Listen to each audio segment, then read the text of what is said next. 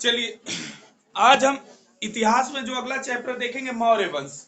और ये वंश आपके लिए इतिहास में उतना ही ज्यादा इंपॉर्टेंट है जितना इंपॉर्टेंट आपकी सांसें लेना है। मैं रियलिटी बता रहा हूँ, बहुत ही इंपॉर्टेंट है और बहुत ही इंटरेस्टिंग है।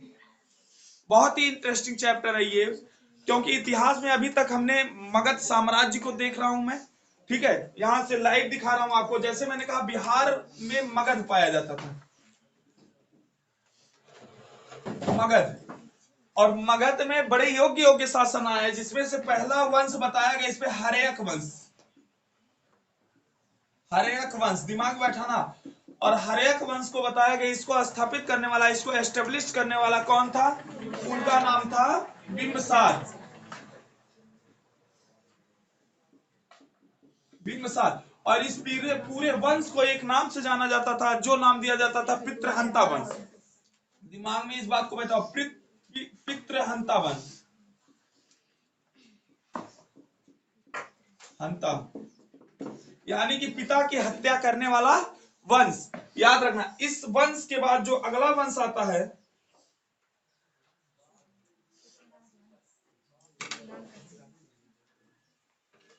हाँ, दूसरा वंश जो आया, तो पहला था, दूसरा वंश आता है शिशुनाग वंश।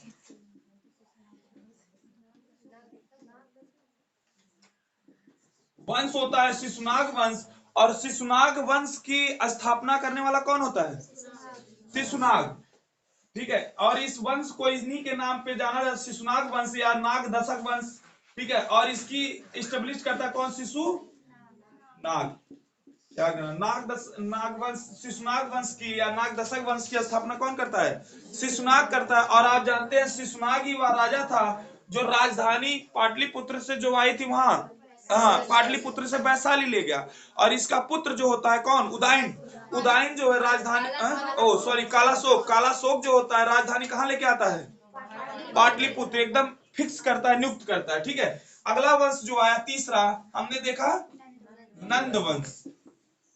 नंद वंश को अगर देखा जाए तो महापद्मनंद ने इसकी वास्तविक रूप से स्थापना की थी, लेकिन उसके पहले देखा जाए नंद वंश की स्थापना करने वाला कौन था? महानंदिम।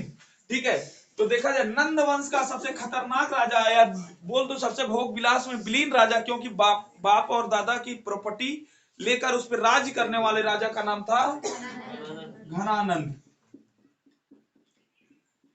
घनानंद। और इन घनानंद की हत्या करके, हत्या किया किसने? चंद्रगुप्त ने।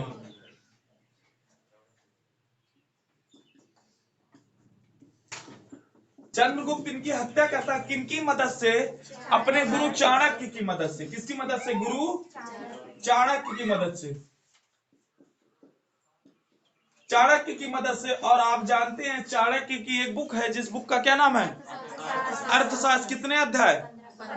और क्या बताया गया? अंग कितने बताए गए? राजा 7 बताया गया ना, ये सारी बातें इस बुक में। और इस बुक में राज करने की बेहतरीन बेहतरीन नीतियां भी बताई गई। लेकिन मैं आपको रियलिटी बता दूं, चाणक्य की इस बुक में कहीं भी वर्णन नहीं है चंद्रगुप्त मौर्य का। उस तरह से कहीं भी चंद्रगुप्त मौर्य का वर्णन नहीं किया गया है कि चंद्रगुप्त मौर्य क्या था, कैसा था, क्या हुआ। ये किसी चीज का वर्णन नहीं किया गया है।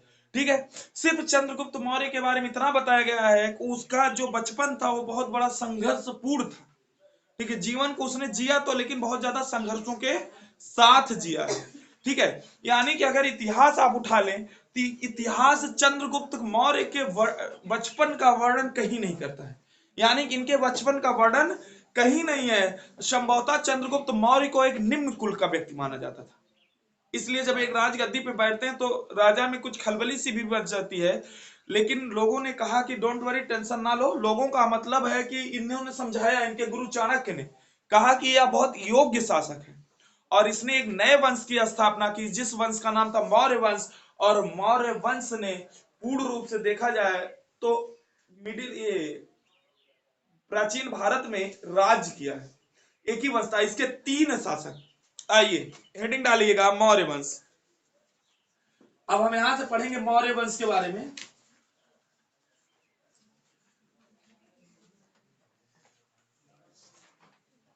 और उसके बाद सातवाहन वगैरह जो वंश आएंगे बहुत ज्यादा इंपॉर्टेंट नहीं है। सबसे ज्यादा इंपॉर्टेंट कोई वंश है तो मौर्य वंश है। मौर्य वंश।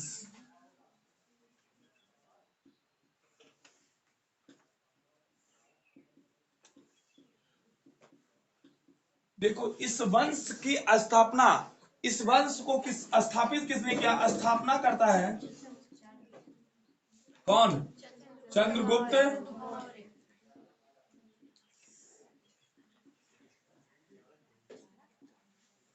मौर्य। चाणक्य नहीं करता है, चाणक्य की नीतियों से जीता गया था। स्थापना कौन किया? चंद्रगुप्त मौर्य। अब यहां से हम सबसे पहला राजा देखेंगे चंद्रगुप्त मौर्य।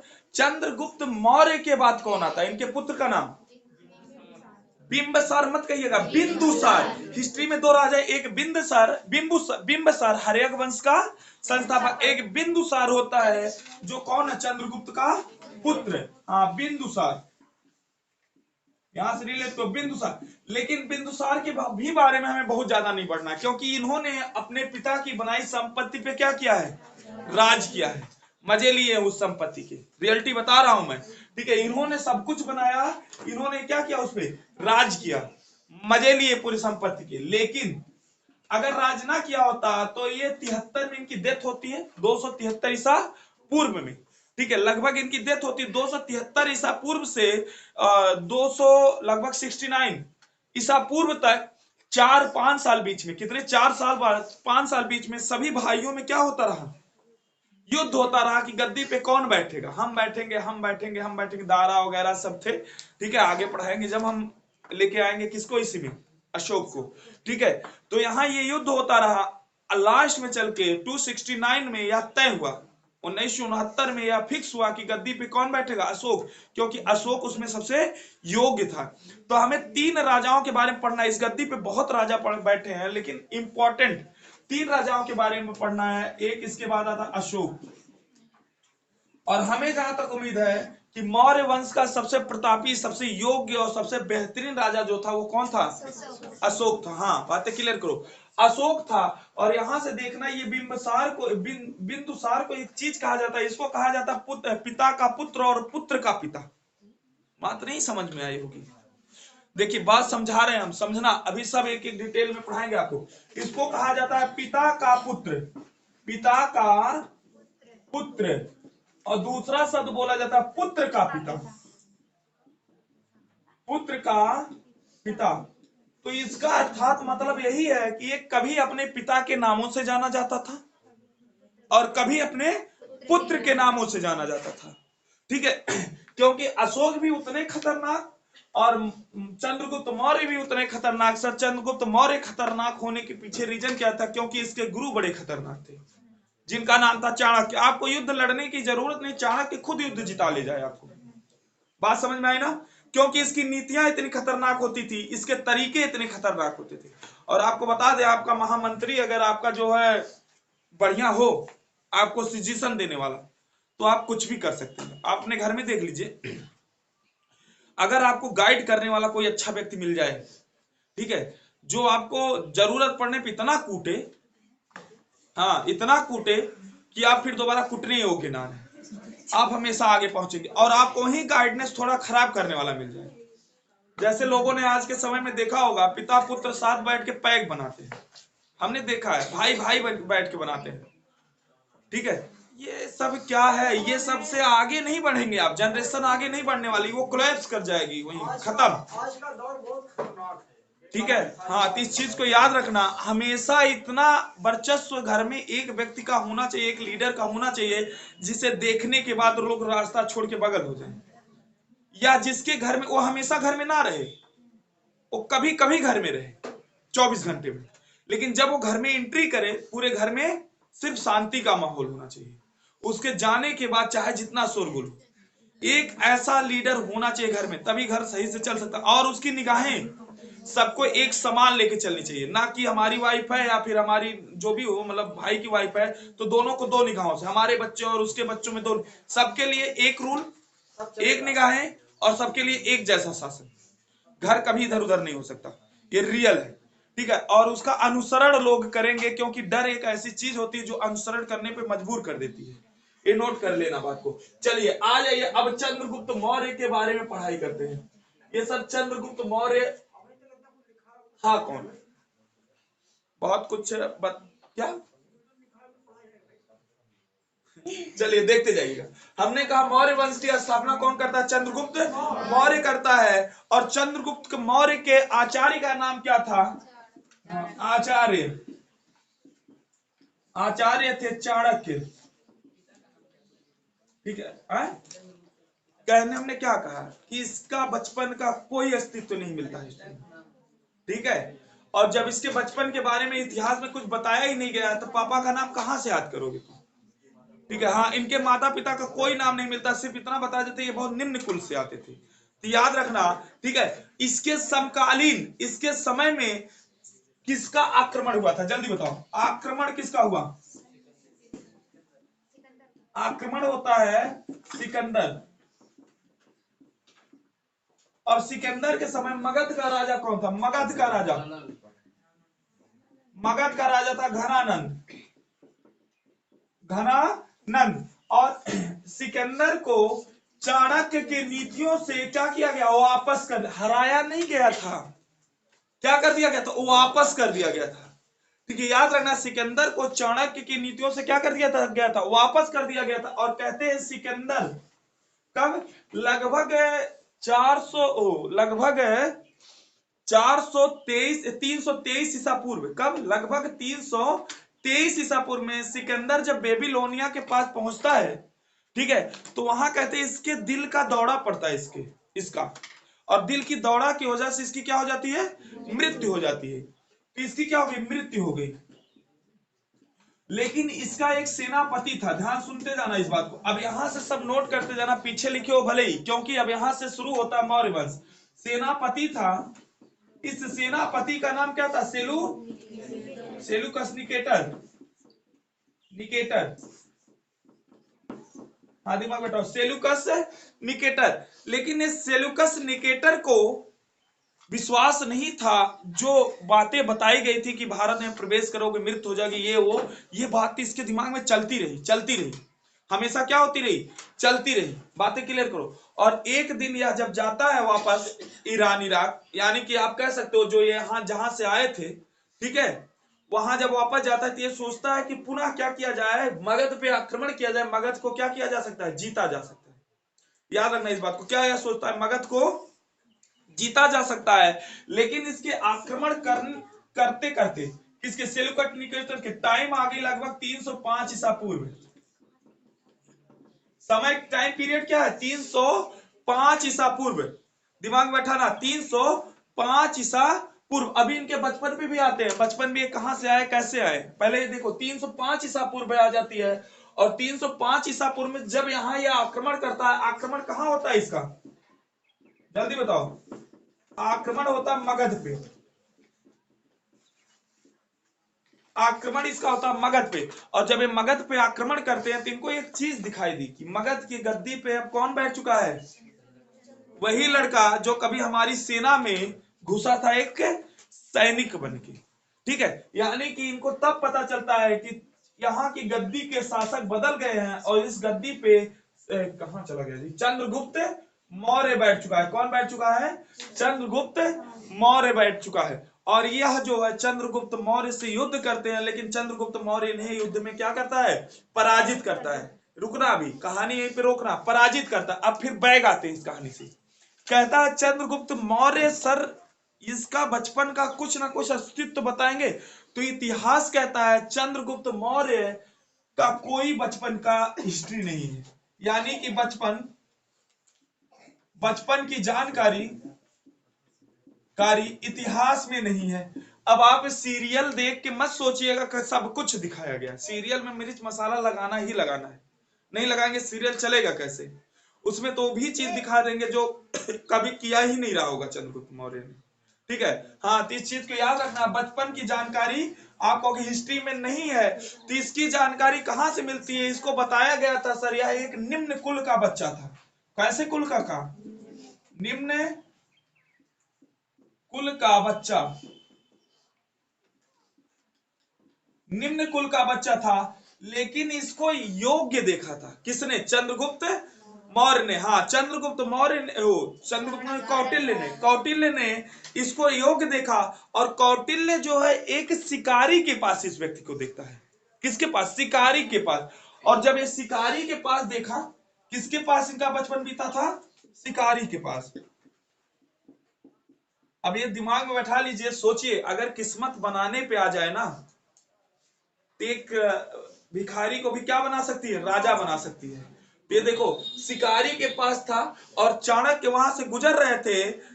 चाणक्य ने इसको देखा और देखने के बाद चाणक्य को लगा कि तो एक बहुत योग्य राजा बन सकता है आगे चल के। इसके अंदर बहुत ज्यादा क्या है? राज्य करने की, शासन करने की, डिवाइड करने की बहुत ज्यादा काबिलियत नजर आई। इन्होंने उस शिकारी से इनको खरीदा। कितने रुपए में खरीदा? 1000 करसापाण में खरीदा था। किसने में? 1000 कारसापाण। तो 1000 रुपए में शिकारी से क्या करते हैं? ये खरीद लेते हैं और खरीद के लेके आते हैं कहां? तक्षशिला। तक्षशिला। और तक्षशिला में इनको जो है योग्य बनाया जाता है, यानी कि इनको सारी विद्याएं दी जाती है। चंद्रगुप्त मौर्य को लगभग 6 सालों तक युद्ध नीतियां, कूटनीतियां, सारी चीजें क्या करी जाती हैं? सिखाई जाती है। यानी कि इनका शिक्षा लगभग कितने साल चला? 6 साल। दिमाग बैठाओ, 6 सालों तक इन्हें एक योग्य शासक बनाया जाता है। दिमाग बैठाना, कितने सालों तक? 6। अच्छा, कैसे बनाए? रुक जाइए, हम बता रहे हैं। ध्यान देखो, एक हेडिंग डालना आपने, क्या? मौर्य वंश डाला ना? मौर्य वंश में आपने मौर्य वंश का संस्थापक डाला चंद्रगुप्त मौर्य। इतना लिख लिया। पीछे कुछ लिखे, अगला चीज लिखना, इनके आचार्य का नाम क्या था? चाणक्य। आचार्य का नाम क्या था? चाणक्य। और उस चाणक्य के समय में आक्रमणकारी कौन था? सिकंदर। और सिकंदर ने आक्रमण कहां किया था? मगध में करने की इच्छा थी, हो नहीं पाया था, करने की इच्छा थी। रिलेट हो रहा है ना? और उसके बाद पूछा जाता मगध का उस समय का शासक कौन था? घनानंद। हाँ, दिमाग बैठाओ, मगध का उस समय का शासक कौन था? घनानंद। लेकिन जो है ये चाणक्य के नीति से सिकंदर मगध तक पहुंचता नहीं है। सिकंदर को यहीं से वापस कर दिया जाता है। किसके नीति से? चाणक्य की नीतियों से। ये कहानी बैठाने योग्य है। चाणक्य की नीतियों से क्या किया गया? इनको वापस किया गया। उसके बाद सिकंदर की मृत्यु होती है, ठीक है, कहां जाके? लगभग 323 ईसा पूर्व, ठीक है, 323 ईसा पूर्व में सिकंदर मर जाता है। लेकिन इसका एक सेनापति रहता है, याद रखना, सिकंदर से रिलेट करना। सिकंदर के जल सेनापति का नाम रहता है सेलुकस निकेटर। दिमाग बैठाओ, सिकंदर के जल सेनापति का नाम रहता है सेलुकस निकेटर। सेलुकस निकेटर को बिलीव नहीं था, यह पुनः आक्रमण करता है कहां? मगध पे। रिलेट करो इस बात की, यह पुनः आक्रमण करता है कहां? मगध पे आक्रमण करता है लगभग 305 ईसा पूर्व। कब? 305 ईसा पूर्व आक्रमण करता है। लेकिन इस आक्रमण में यह हार जाता है। क्या होता है? हार जाता है। दिमाग बैठाओ, क्या हो जाता है? हार जाता है। इस कहानी को मैंने कहा यही रोकना, ठीक। अब बचपन पे आते हैं, अभी तो आगे बताएंगे हारने के बाद क्या होता है, बहुत सारी चीजें हैं। अब बचपन पे आते हैं। कहते हैं बचपन में क्या हुआ? बचपन की जानकारी इतिहास में नहीं मिलती है। क्या हुआ? बचपन की जानकारी इतिहास में नहीं मिलती है। इतिहास में इसे निम्न कुल का बच्चा, क्या बताया गया? निम्न कुल का एक बच्चा बताया गया। बच्चा ही रहा होगा। और इस बच्चे को एक शिकारी के हाथों में देखता है कौन? रिलेट कर पा रहे हैं ना? लिख पा रहे हैं ना? बात याद होता जा रहा लिख है। पा रहे हैं ना? हाँ, क्या क्या याद कहते होता जा रहा है, लिख नहीं रहे। अच्छा, ठीक है। हाँ, बात को सुनना मेरी। इनको जो है एक शिकारी के हाथों में देखता कौन? चाणक्य। और चाणक्य जब देखता है तो कहते हैं, कहीं कहीं बताया जाता है कि एक टीले पे बैठकर, ठीक है, ये नीचे बच्चे जो खेल रहे थे उन बच्चों को क्या कर रहा था? कमांड कर रहा था। उन्होंने देखा, कहा इसके अंदर तो एक राजा का गुण नजर आता है। चाणक्य ने देखिए, क्योंकि जौहरी ही हीरे की पहचान कर सकता है, ये सच्चाई है, ठीक है। तो एक चाणक्य की, इनको चाणक्य को नजर आया कि यह एक बहुत बड़ा आगे चल के शासक बन सकता है। और मगध की गद्दी के लिए इनको एक शासक नजर आया। और ये जो 1000 कारसपाण द्वारा इसको खरीदते हैं, किससे? शिकारी से, ठीक है। यह क्वेश्चन पूछा जाता है, शिकारी से खरीदते हैं। और तक्षशिला लेके आए, क्यों? क्योंकि तक्षशिला के प्रोफेसर थे उस समय कौन? चाणक्य। उसी तक्षशिला के विद्यार्थी, उसी तक्षशिला के प्रोफेसर कौन थे? चाणक्य। चाणक्य लेके आते हैं और 6 सालों तक इसको जो युद्ध एवं कूटनीति की शिक्षा देते हैं। कैसी शिक्षा? 6 साल तक इनकी शिक्षा चली। शिक्षा थी युद्ध एवं कूटनीति की। कूटनीति की शिक्षा दी जाती है, नीति की शिक्षा दी जाती है। कूटनीति का मतलब होता है कि एक ऐसी शिक्षा कि जो अगर आपको इज्जत से मिल गई, ईमानदारी से, तो आप दुनिया के किसी भी व्यक्ति को बिना हथियार उठाए क्या कर सकते हैं? परास्त कर सकते हैं। और इसी कूटनीति के तहत इनका आक्रमण होता है फिर इन दोनों का मिलकर किस पे? घनानंद पे। लगभग कब? 323 ईसा पूर्व। दिमाग बैठाना, कब? लगभग 323 ईसा पूर्व में ये आक्रमण करते हैं। कहा? घनानंद पे। दिमाग बैठाओ, 323 ईसा पूर्व पे घनानंद पे आक्रमण करते हैं। और घनानंद पे आक्रमण करके सीधा आक्रमण हो जाता है कहां? पाटलिपुत्र। और जब उस समय की राजधानी कहां थी? हाँ, उस सीधा जब वहां आक्रमण होता है तो इनको कूच दिया जाता है। इन सबको कूचने के पीछे रीजन क्या है? किसी के अगर मधुमक्खी के सेंध में हाथ डालोगे, मान में हाथ डाल दोगे तो वो मारेगी। वही हाल इनका हुआ। ये लोग कहते हैं भाग के एक जो है कोई गरीब कुटिया थी, उस कुटिया में छुपे हुए थे और उस औरत ने अपने पुत्र को खाना दिया। और जब पुत्र को खिचड़ी देती है तो वो सीधा आक्रमण करता है कहां? खिचड़ी के बीच में। और जब खिचड़ी खाने की कोशिश करता है तो उसका मुंह वगैरह जल जाता है, वो चिल्लाने लगता है। तो वहां से अंदर से एक आवाज आती है, चंद्रगुप्त मौर्य हो गए हो जो तुम्हारे पास दिमाग नहीं है? सीधा कौन आक्रमण करता है राजधानी पे? यानी कि बीच में कौन आक्रमण करता है? किनारे किनारे से खिचड़ी खाओ, जहां से क्या हो गई हो? ठंडी हो गई। यह बात सुन रहा था चाणक्य। चाणक्य ने कहा अरे गलती से ही, लेकिन बहुत बड़ी शिक्षा मिली। क्योंकि एक शिक्षक हमेशा जानता है शिक्षा कहीं से मिले उसको क्या करना चाहिए? ग्रहण करनी चाहिए। हाँ, तो उसको यह बात समझ में आ गई। वो फिर वापस गया और नीतियां बनाया। पहले जो है मगध के आसपास के राज्यों को मिलाया, फोड़ा, फिर इनकी जनता को फोड़ा, फिर धीरे धीरे पूरे साम्राज्य में एक विद्रोह पैदा कर दिया, जिसके वजह से ये लोग क्या करते हैं? इसको जीत जाते हैं। इसी को कहते हैं कूटनीति। और उसके बाद इस वंश की स्थापना की जाती है, पता है आपको। और वहां से फिर आइए अपनी ये पुरानी कहानी पे जहां हम छोड़े थे। आ गए ना फ्लैशबैक में? समझ गए ना पीछे की बातें? बताइए, समझ गए? हाँ, ठीक है, चलेगा। उसके बाद आते हैं यहाँ। इसके बाद यहाँ आक्रमण होता है 305 ईसा पूर्व। इस आक्रमण हराया गया। हराने के बाद सेल्यूकस निकेटर जो होता है जब हारने लगता है, अपने पुत्री हेलेना, नाम क्या था? सेल्यूकस सेल्यूकस की पुत्री थी। दिमाग बैठाना, कौन थी? पुत्री। पुत्री का नाम था हेलेना। क्या नाम था? हेलेना। हेलेना को आगे करता है। और हेलेना को आगे करने का मतलब था कि सर इसको प्रेम रस में फंसाना। ठीक है, और बेचारा वो उस प्रेम में फंस भी जाते हैं। इनकी होती है क्या? शादी। दोनों की शादी करवा दी जाती है। यानी कि हेलेना की शादी कर कह ले, हेलेना का विवाह विवाह हो जाता किससे? चंद्रगुप्त गुप्त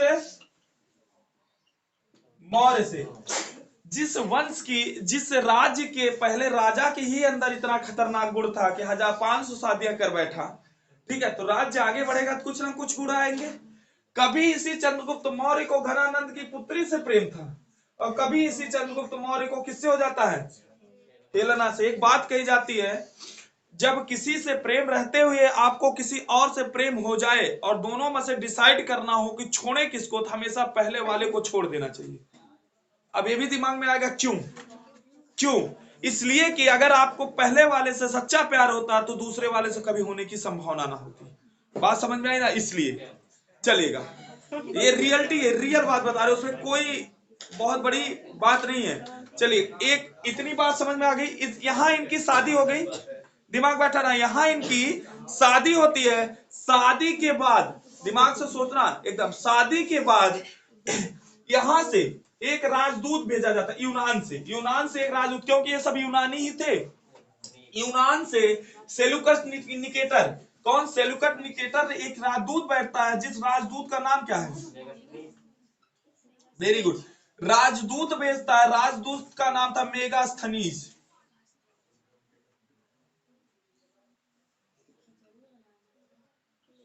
हाँ बस बात को समझते रहो। इतना स्लो स्लो पढ़ा रहे हैं कि आप आराम से लिख सकते हो, कोई दिक्कत नहीं है। खिचड़ी मतलब मिटाने की जरूरत पड़ेगी तभी टाइम लगेगा, कोई उसका फायदा नहीं मिटाने का। देखो ध्यान से, मैंने कहा एक मेगास्थनीज नाम का व्यक्ति आता है सेना राजदूत बन के भारत में पहली बार। ये देखने आता है कि चले देखे हेलना ठीक है कि सूती उती नहीं जा रही है कहीं। सूतने का मतलब समझ रहे हैं? हाँ, मारना पीटना।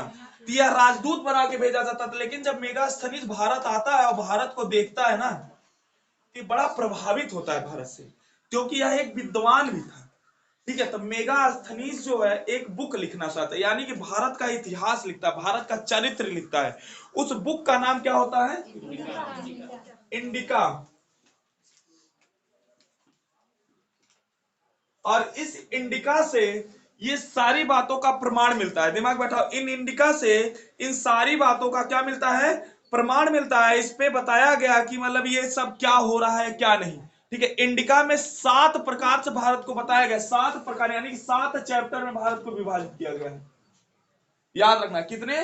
7 चैप्टरों में भारत को विभाजित किया गया इंडिका में। यहां से 2 सबसे प्यारे क्वेश्चन।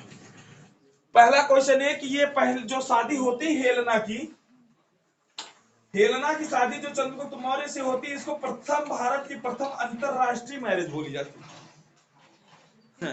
हंसो मत, ये सच्चाई है। भारत की प्रथम अंतरराष्ट्रीय शादी बोली जाती है। बात समझ पा रहे? अंतरराष्ट्रीय शादी का मतलब क्या है? किसी विदेश की लड़की से शादी किया हो किसी व्यक्ति ने। या कौन था? चंद्रगुप्त मौर्य था।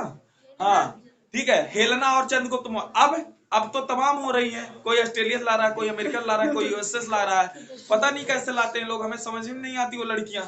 ठीक है, घर में पता मम्मी मम्मी अंग्रेजी समझ पाती नहीं समझ पाती है। लेकिन एक फायदा रहेगा। फायदा क्या रहेगा? कि मम्मी को वो कुछ कहेगी मम्मी ना जान पाएगी, मम्मी उसको कुछ कह देंगे वो नहीं जान पाएगी। यानी सास बहू का झगड़ा नहीं होगा। अगर झगड़ा होगा भी तो गांव वाले नहीं जान पाएंगे वो क्या कह रही है, वो उसको क्या कह रही है। ठीक है, मम्मी वाला समझ भी जाएंगे, उसका तो आधे लोग नहीं समझ पाएंगे। चलिए, ये पहली अंतरराष्ट्रीय शादी कौन थी? चंद्रगुप्त मौर्य और हेलेना की। ठीक है, लेकिन पूछा जाता पहला राजदूत भारत का कौन था? मेगास्थनीज। भारत का प्रथम राजदूत कौन था? मेगास्थनीज। बातें क्लियर करो, भारत का प्रथम राजदूत कौन था? मेगास्थनीज। इतनी बातें क्लियर हो गई? इसको रब करें, रब करें ना। मेगास्थनीज क्लियर करे, हो गई? रब किया जाए। ठीक, अब देखना यहां से। हाँ भाई। आप बोले भारत का प्रथम राजदूत यूनान से आया था। हाँ, तो यूनान राजदूत का मतलब क्या होता है? बाहर से अगर कोई आता है तो ये बाहरी पहला अंतरराष्ट्रीय राजदूत यही था, जो भारत से भारत में आया, मतलब बाहर से भारत में आया था।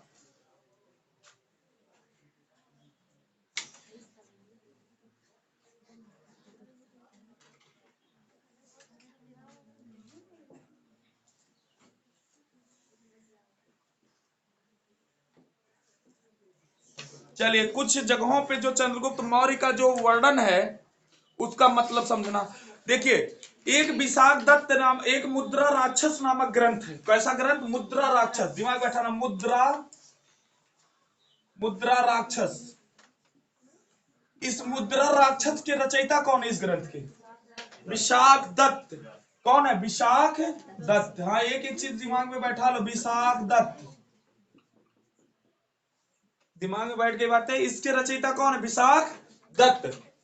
और विशाख दत्त ने इस अपने मुद्रा राक्षस में विशाख दत्त साहब ने चंद्रगुप्त मौर्य को ब्रिसल बताया है। क्या बताया? ब्रिसल। ब्रिसल मतलब होता है निम्न कुल का व्यक्ति। क्या बताया इसको? ब्रिसल। और ये मोस्ट इंपॉर्टेंट, ब्रिसल। ब्रिसल बताया गया कहां? आप कहोगे मुद्रा राक्षस में। किसने बताया? विशाख दत्त ने। ब्रिसल का अर्थ क्या होता है? अर्थात निम्न कुल का व्यक्ति। निम्न कुल का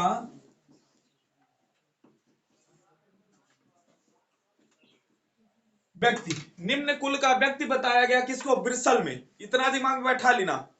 लेकिन मैंने अभी आपको बताया कि कौटिल्य ने अपने अर्थशास्त्र में इसके बचपन का या इसके बारे में कहीं भी कुछ नहीं दर्शाया है। याद रखना, कौटिल्य ने, क्या पूछा जाए अगर, क्या कौटिल्य ने इसको अपने बचपन के बारे में अपने बुक में कहीं बताया है? हाँ, कहीं नहीं बताया गया है इनका, यानी कि उल्लेख ही नहीं किया गया। कौन सी बुक में?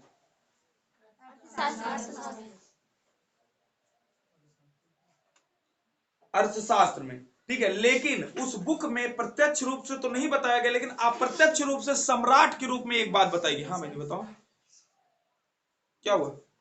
हाँ, सम्राट के रूप में एक बात बताई गई। कहा अप्रत्यक्ष रूप में सम्राट के रूप में एक बात बताई गई। कहा क्या, यह विशेष परिस्थितियों से, कैसी विशेष परिस्थितियों से यह उभर के सम्राट बना, यानी कि इसको निम्न बताया गया उस बुक में भी, लेकिन एक सम्राट के रूप में। किस सम्राट का जो जीवन था बचपन में बहुत ही संघर्ष पूर्ण तरीके से बीता, बहुत ही कठिनाइयों में बीता, लेकिन स्पष्ट रूप से इनके बचपन की बातें कहीं नहीं बताई गई।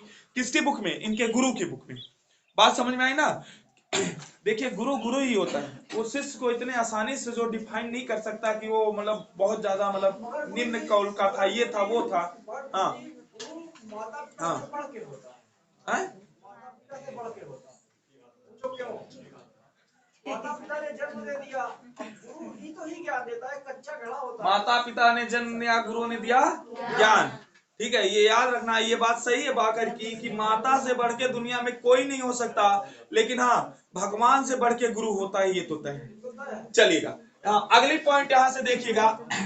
अगर मैं कह दूं एक अखिल भारतीय साम्राज्य की स्थापना किसने की, साथ रहिए, एक अखिल भारतीय साम्राज्य की स्थापना किसने की, तो एक अखिल भारतीय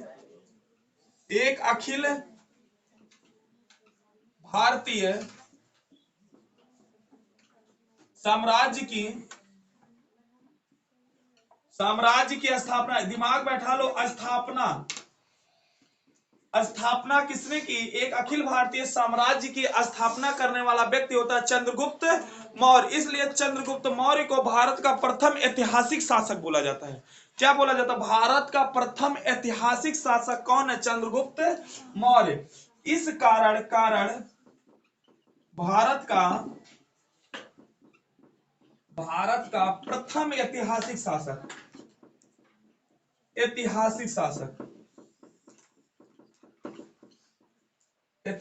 शासक बोला गया किसको, चंद्रगुप्त मौर्य को। तो पूछा जाएगा भारत का प्रथम ऐतिहासिक शासक कौन था, चंद्रगुप्त मौर्य। इसके पीछे की क्या कहानी थी, एक अखिल भारतीय साम्राज्य की स्थापना करता कौन, चंद्रगुप्त मौर्य। हाँ चंद्रगुप्त मौर्य, जानते हैं चंद्रगुप्त मौर्य में जो है एक विदेशी दास प्रथा जो थी, इसको भी पूर्ण रूप से समाप्त करने वाला व्यक्ति कौन था, चंद्रगुप्त मौर्य। हाँ विदेशी दास प्रथा या यूनानी दास प्रथा को खत्म करने वाला व्यक्ति था, समाप्त करने वाला व्यक्ति था, समाप्त कर दिया गया था। हाँ याद रखना, यूनानी दास प्रथा को इसने समाप्त किया गया, इसलिए भारत का प्रथम मुक्तिदाता भी इसे कहा जाता है। क्या कहा जाता है, भारत का प्रथम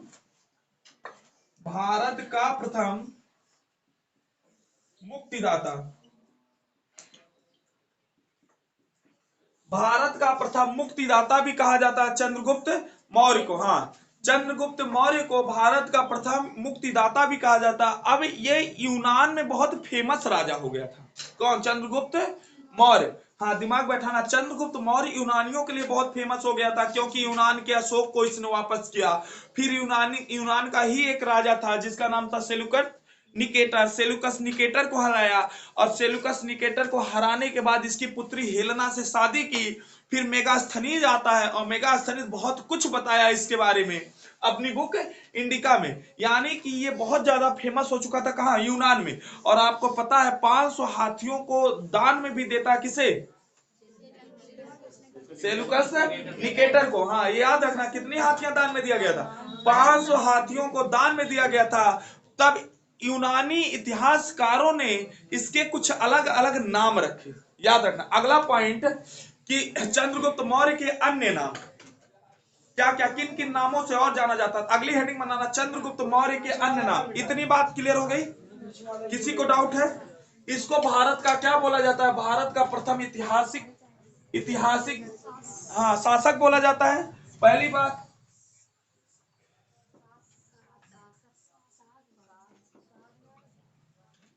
शासक बोला जाता है, ठीक है। दूसरी बात क्या बोला जाता है, भारत का प्रथम मुक्तिदाता बोला जाता है, क्योंकि भारत को इन्होंने जो है यूनानी दास प्रथा को समाप्त किया भारत में, ठीक है। ये दो चीजों के नाम से जाना जाता है। मुद्रा राक्षस में इसको ब्रिसल बोला गया है, ब्रिसल का मतलब होता है निम्न कुल का व्यक्ति। हाँ ब्रिसल का अर्थ क्या होता है, निम्न कुल का व्यक्ति। इतनी बातें क्लियर हो गई।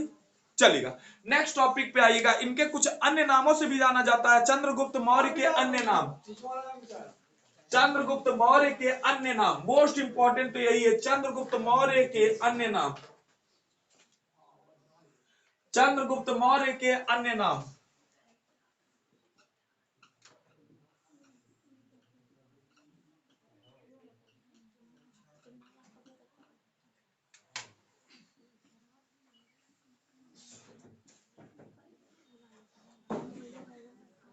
चंद्रगुप्त मौर्य के अन्य नाम, इन अन्य नामों को देने वाला कौन था? यूनानी इतिहासकारों ने। किसने दिया है? यूनानी इतिहासकारों के अनुसार, यूनानी इतिहासकार इनके कुछ नाम बताते। यूनानी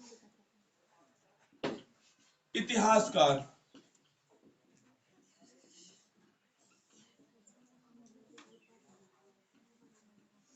यूनानी इतिहासकारों द्वारा चंद्रगुप्त मौर्य का कुछ अन्य नाम बताया गया। याद रखना दिमाग में, चंद्रगुप्त मौर्य का कुछ अन्य नाम बताया गया, जिसमें से दो व्यक्ति रहते, इतिहासकार रहते हैं, चंद्रगुप्त मौर्य का नाम बताते। एक का नाम था स्ट्रेबो और दूसरे का नाम था जस्टिन। कौन था? स्ट्रेबो और दूसरे का नाम था जस्टिन। हाँ, दो यूनानी इतिहासकार मिलते हैं, एक होते हैं स्ट्रेबो और दूसरा होता है जस्टिन। हाँ, इन्होंने चंद्रगुप्त मौर्य को, एक ने सैंडोकोटस बताया, एक ने एंड्रोकोटस बताया है। एक ने सैंडोकोटस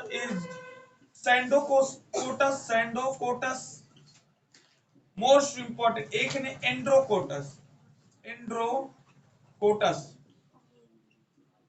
यानी कि चंद्रगुप्त मौर्य को इन दो नामों से जाना जाता था। सैंड्रोकोटस, जानते हैं यूनान में जब सैंड्रोकोटस और एंड्रोकोटस ये दो नाम लिए जाते थे तो ये पता नहीं चलता था ये किसके नाम लिए जाते हैं। लेकिन जब ये जो दो इतिहासकार आते हैं, स्ट्रबो और जस्टिन ने, इन दो चीजों ने बताया कि सैंड्रोकोटस जो है ये चंद्रगुप्त मौर्य है, एंड्रोकोटस जो है ये भी कौन है? चंद्रगुप्त मौर्य है। इसकी पुष्टि इन्होंने कब की थी? 1793 में। कब की थी इसकी पुष्टि? 1793 ईस्वी है या ईसा पूर्व? जल्दी बताइए।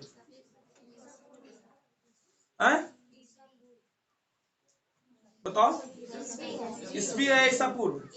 अरे भैया 93 आ गया, ईस्वी है। याद है 1793 में ये बात बताई गई है। इसके बारे में विलियम जोन्स ने स्पष्ट किया है। किसने स्पष्ट किया? विलियम जोन्स ने। तो 1793 में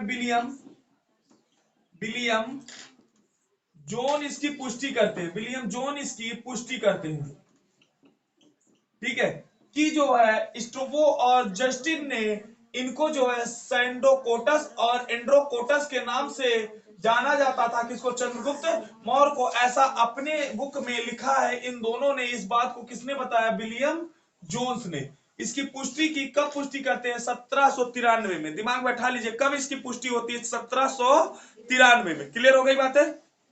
1793 में।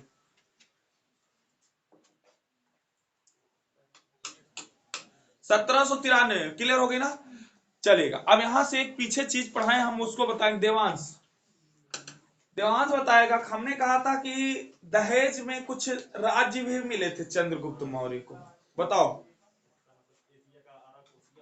हाँ, जेड्रोसिया हो गया, पेरिस नहीं, पेनिस डाइस और एरिया। ठीक है, जैसे मैं कह दूं कि सर पैरो पेनिस डाई जो होता है इसको किस नाम से जाना जाता है? काबुल। याद रखना, जो चार राज्य मिले थे इनको, जो पैरोपेनिस डाइज है इसको काबुल कहा जाता है। दिमाग बैठाना, क्या कहा जाता है? काबुल कहा जाता है। और कांधार होता है आराकोसिया। कांधार के नाम से कौन जाना जाता है? आराकोसिया। और मैं कह दूं बलूचिस्तान होता है जेंड्रोसिया, ठीक है। और एरियन होता है हेरात। हाँ, मकराना जो था ये तो बहुत छोटा सा था, ठीक है, हेरात। ये सब इसको क्या मिले थे? दहेज में। और दहेज देने वाला कौन था? हाँ, किसने दिया था? Seleucus Nicator. Very good. किसने दिया था? Seleucus Nicator. पहला प्रथम विदेशी राजदूत कौन था? हाँ, मेगास्थनीज। मेगास्थनीज भारत कब आया? हाँ जल्दी बताओ, मेगास्थनीज भारत कब आता है? या भारत आता है 304 ईसा पूर्व लेकर 299 ईसा पूर्व के लिए भेजा जाता है 5 सालों के लिए। मेगास्थनीज भारत कब आया था? दिमाग बैठाओ इस बात को, भारत कब आया?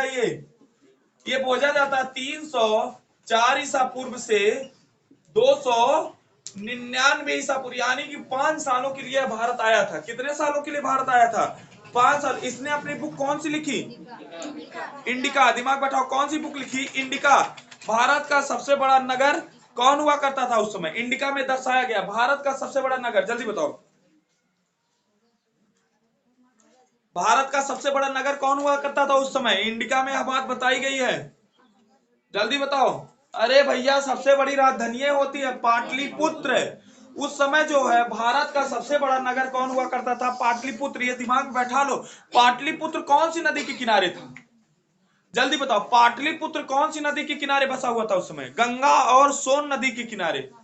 याद रखना, पाटलिपुत्र कौन सी नदी के किनारे बसा हुआ था? गंगा और सोन नदी के किनारे। छोटी छोटी बातें हैं लेकिन दिमाग में बैठाओ। पाटलिपुत्र कौन सी नदी के किनारे बचा हुआ था? गंगा और सोन नदी के किनारे।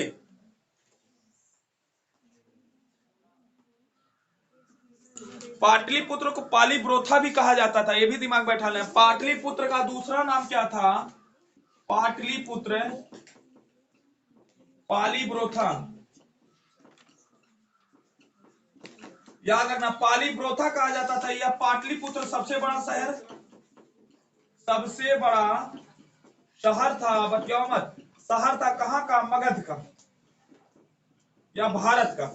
मगध का सबसे बड़ा शहर था। हाँ दिमाग बैठा लेना।